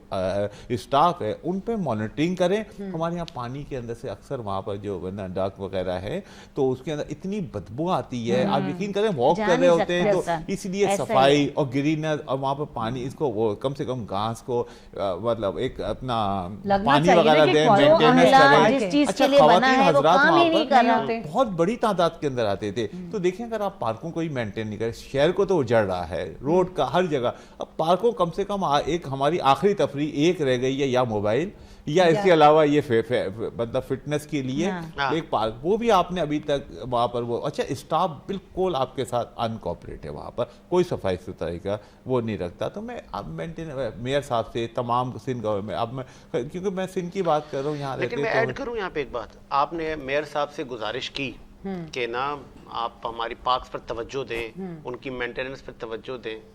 मुतअद्दिद बार मुर्तज़ा वहाब को मैंने ये कहते देखा है कि मैं पार्क्स पे तवज्जो दे रहा हूँ, उनकी मेंटेनेंस पे तवज्जो दे रहा हूँ। मेरी विश है कि जो बंजर हालत में पब्लिक प्लेसेस थे मैं उनको आबाद कर रहा हूँ। तो काम तो कर रहे हैं वो, प्रोसेस पे है चीजें। मैं कहता हूँ आए वो हिल पार्क, मैं इनको दावत देता हूँ। हाँ, चले, कुछ मुझे पार्कों आप में वो बुलाएं, कुछ चक्कर चैलेंज लगाएं करें। तो उनको पता मैं- चलेगा। मुर्तज़ा वहाब साहब चले, दावत आपको लाइव। प्लीज हाँ। आप आए वहाँ पर। बल्कि आप पता है हमें कि गवर्नमेंट टाइम की दे दें। सतह पर कुछ ट्रेन बंदे फिटनेस ट्रेनर्स हर पार्क में सुबह 2 घंटे या हर नहीं तो पार्क में कम से कम 2-3 पार्क तो ऐसे सर, बना दें। फिटनेस मैं ट्रेनर अब आपको- यहाँ पर तो वो- नहीं, आपको एक बात बताई अच्छा। दो, हमारे यहाँ तकरीबन डेली योगा होता है वहाँ हिल पार्क पे 1 घंटे के लिए। जबरदस्त। उसमें खवातीन कम होती हैं, हजरात ज्यादा होते हैं। लेकिन आप देखिए मेंटेन, मैंने बताया ना, आप Maintenance साफ नहीं सुथरी जगह होगी ना जी। तो आप खुद तो का खुद खुद ही को उसको लोग एडमायर आएंगे करेगा, उसमें। बंदा जी, बिल्कुल। जाएगा। तो मैं कहता हूँ आप मुर्तज़ा वहाब साहब आए इलाके के। अच्छा हिल पार्क सबसे पुराना, आपको मालूम है कि ये डिफरेंट जी। दूसरी जी, जगह ये अभी बना है, वो है, 50 जी। साल वो पुराना तो बड़ा बहुत पुराना पाकिस्तान है। टाइम के, और सबसे हाइट के ऊपर है। उसके लिए हमारे पास ऑन बोर्ड है, कितना हमारे पास आए, खूबसूरत मंजर हमें है, वहाँ मतलब से कितनी इतना- व्यू कितना और अच्छा कितना है। खूबसूरत मैंने व्यू देखा, है। हाँ, उसके मैंने लिए आप देखा, हमारे साथ आपने ऑन नहीं बोर्ड देखा, हो, मैंने हम देखा। हमको दिखाएंगे। आप यकीन करें उन्होंने काफी जगह ऐसी पहले रेस्टोरेंट बनाया था वो तोड़ दिया,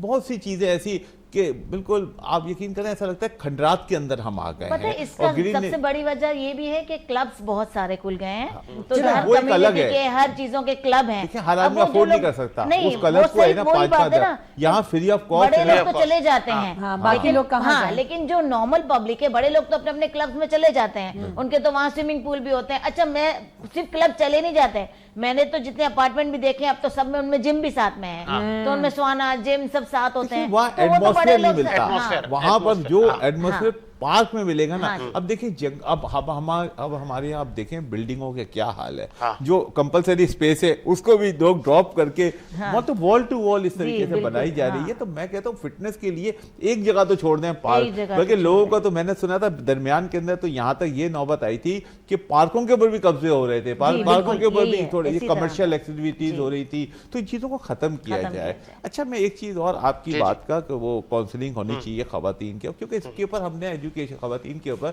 काफ़ी काम की, मतलब कोशिश करते हैं कि काफ़ी काम करने की कि उसके ऊपर डिफरेंट सेक्टर के ऊपर, क्योंकि बिजनेस वूमेन है ना, जब तक हम इनको मोर देन 50% पावर नहीं करेंगे, पावर नहीं करेंगे, उस वक्त तक हमारा मुल्क तरक्की नहीं करेगा। हमारे जहनों में यह है।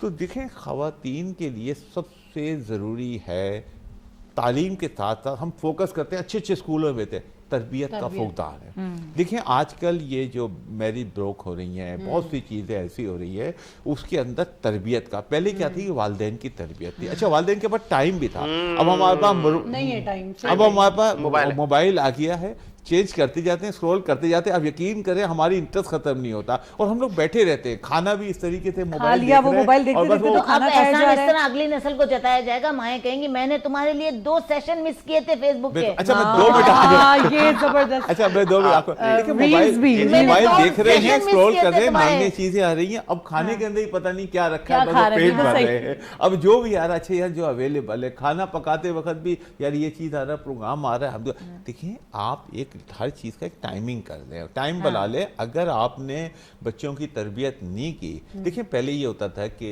कोई लड़का लड़की जो भी मिसाल, अगर कोई घर के अंदर कोई अनबैलेंस हो रही है, मैरिज में प्रॉब्लम आ रही है, तो वो उसको एजुकेट करते थे, उसमें टाइम लगाते थे, वालिदैन उसके बात करते साथ थे, उसके मुकम्मल ऊपर तौर पर बात discussions करके होती थी। डिस्कस करके उसको मोटिवेट करके उसको पाबंद करते थे। तो अल्हम्दुलिल्लाह आज देख ले हम आप सब लोग कितने लॉन्ग टर्म चल रहे हैं। तो कहने का मकसद ये अब ये ब्रेक हो रहा है टेबल वजह टॉक की जाती थी, अब क्या होता हाँ है जी, बिल्कुल। मोबाइल में ही सब लगे हुए, किसी को किसी का नहीं पता कि उसके अच्छा घर में क्या अब चल रहा है। मैं आपको एक वही सबसे बात। बड़ी बात बताऊं, हम क्या मैं अपनी बता रहा हूं, जैसे क्या हम क्या सोचते हैं यार हमने इनको बड़े से बड़े अच्छे स्कूल के अंदर भेज दिया, बस हमारी लाइबिलिटी खत्म। जिम्मेदारी और ये खत्म। वहां पर क्या फीस मिसाल के तौर पर यहाँ पर इतने हैं, हम इसकी हाई फीस दे रहे हैं, सारी चीजें आने जाने से होते हैं, लेकिन ये भूल गए कि इन चीज़ों के साथ साथ तरबियत सबसे बड़ा एलिमेंट है। देखें तरबियत के अगर हम अपने इन चीज़ों को फरामोश कर देंगे तो याद रखें हम कामयाब नहीं हो सकते। वालिदैन को अपने बच्चों को सबको काउंटर करना पड़ेगा,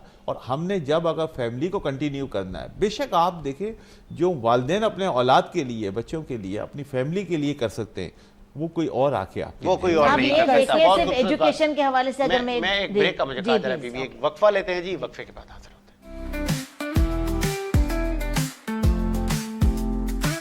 सुबह सवेरे वीनस के साथ, सुनहरी रोशनी के साथ, साए का पीछा करते हुए सजीद हुसैन, खुशी के साथ ऑन एयर, आपके और मेरे लिए सूरज की रोशनी का इशारा।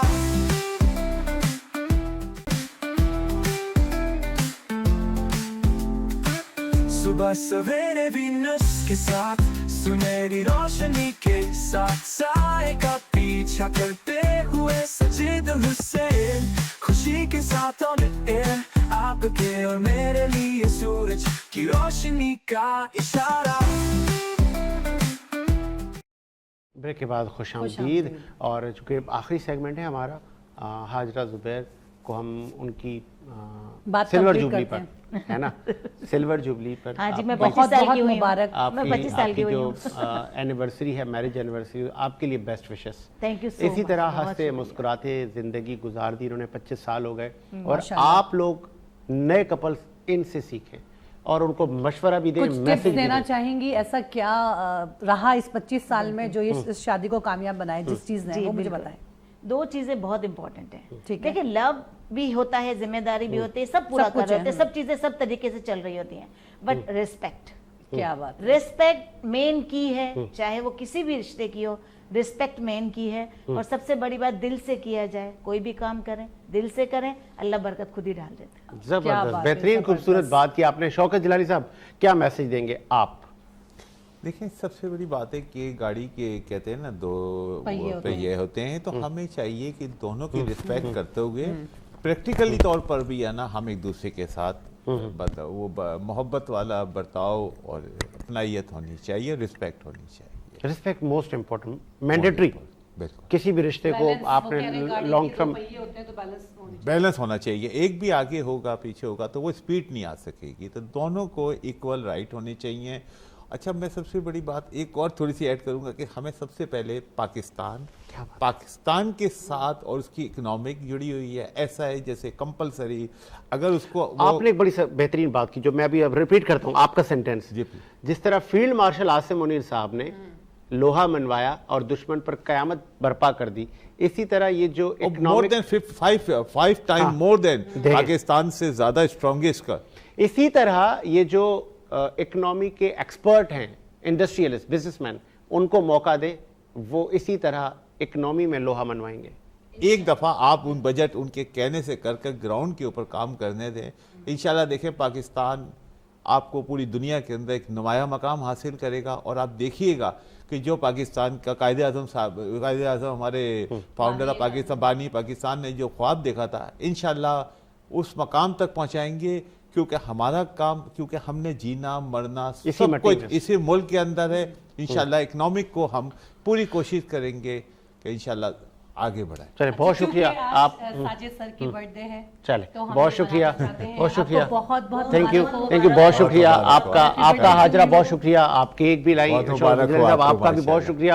आज केक कटिंग की तरफ हम जाते हैं और आपको हम अल्लाह हाफिज भी इसी दौरान करेंगे। सर जिलानी साहब आए ना, हम केक कटिंग की तरफ आते हैं। ये ज़रा इनको नीचे रखें, आए आप लोग। ये मिठास खुशियों की तकसीम, आ जाए सर आप। बहुत शुक्रिया। Happy birthday to you, happy birthday to me, happy birthday. Sir एक मिनट, ऐसे नहीं सर, ऐसे नहीं, ऐसे नहीं चलेगा, ये ऐसे चलेगा। सर हमें खिलाना सर देखे ना, सर अब आपकी बारी sir. Happy birthday to you, thank you, thank you. Please, happy birthday to you. बहुत हैप्पी बर्थडे आपको, बहुत मुबारक हो हमारी तरफ से भी। अच्छा, आप भी लीजिए, आप भी खाइए, ये लीजिए।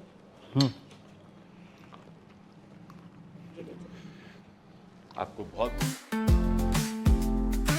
सुबह सवेरे वीनस के साथ, सुनहरी रोशनी के साथ, साए का पीछा करते हुए सजीद हुसैन, खुशी के साथ ऑन एयर, आपके और मेरे लिए सूरज की रोशनी का इशारा।